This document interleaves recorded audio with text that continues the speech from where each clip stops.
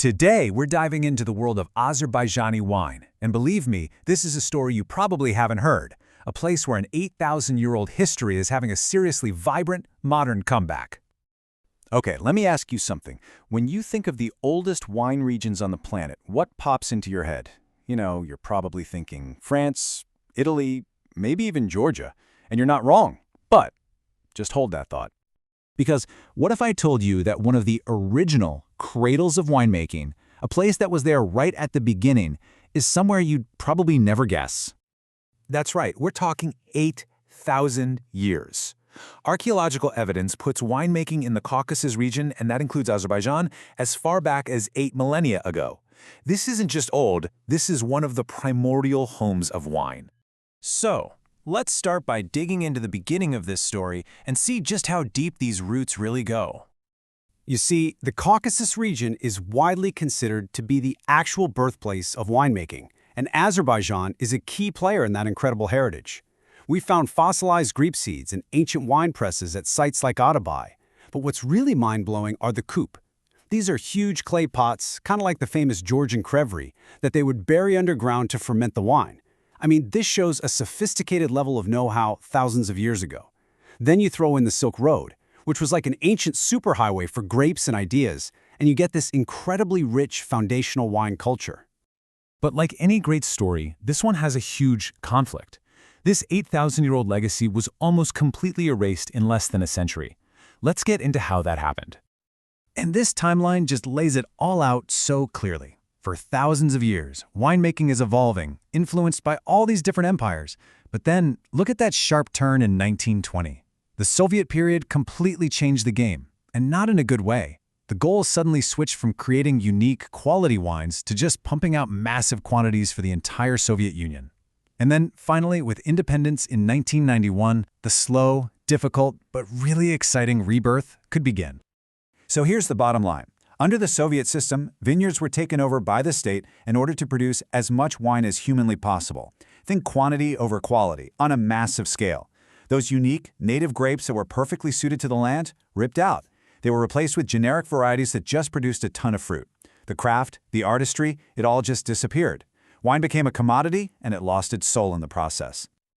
But after 1991, a whole new generation of winemakers started looking back, trying to reclaim what was lost.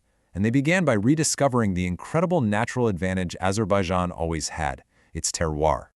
And just look at what they have to work with. The terroir here is like a beautiful mosaic of perfect growing conditions.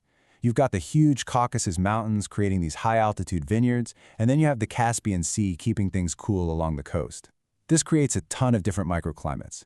And when you mix that with all the different soil types, we're talking clay, limestone, even volcanic basalt, you have the absolute perfect recipe for growing all sorts of grapes, where each one can express exactly where it came from. A huge part of this rebirth was going back to these indigenous grapes.